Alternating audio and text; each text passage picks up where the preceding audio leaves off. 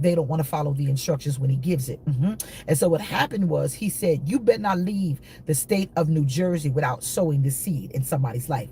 So I did it. Watch this. She was one of my girlfriends from back in the day. She was one of my Caucasian sisters. My girlfriend Kathy, she's Caucasian, but she black inside. And so I went to her house after not seeing her for a long time, and I saw God move because she couldn't walk for 4 years.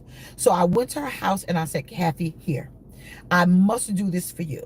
And I said to my husband, I says, when the Lord tells me to do something, I do it. I don't care how crazy I gotta look. So what I did is I did what thus said the Lord. And when I did that, he said, do not leave the state of New Jersey without doing this.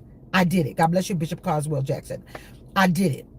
When I got in my car after giving her what the Lord told me, I got in my car and I was on my way back to North Carolina, which I am now. Before I crossed the state line, someone called and I received double than what I sold.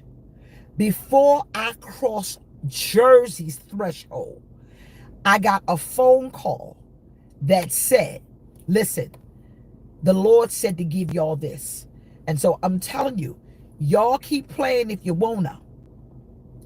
Oh my gosh, today, Christopher, I thank God for your house. It's beautiful. When I tell you, God is doing something so amazing. Someone says, sow a seed for the need to be obedient. That's right. It's not about the seed. It's about being obedient. A lot of people don't know. I miss you too, Christopher. I'm back. A lot of people don't know that obedience is the kingdom's currency. You want God to move, but you won't move when he speaks to you. And so hear me. I'm going to the book of 2 Corinthians. Why do you think I'm on here at this hour? Because he said move. Because I need to speak to the people of God. And so it ain't about nothing else. It's about obeying God. Because I'm afraid of him. Y'all need to put the fear of God back in the church. Hear me by way of the Holy Spirit. We're talking about the Apostle Paul. Hear me by way of the Holy Spirit.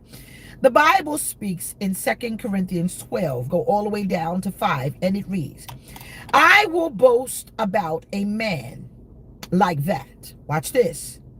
But I will not boast about myself. So all of you self-righteous people, this is your segment of the message. Hear me. I need you to click tag and share. I'm going somewhere. Please pay attention. He said, I will not boast about myself except about my weaknesses. See, the problem with people is they always want you to see their strength, but have a problem displaying their weaknesses. Vulnerability is not for everybody.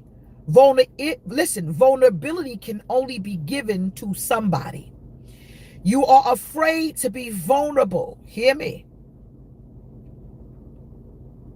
You're afraid to be vulnerable.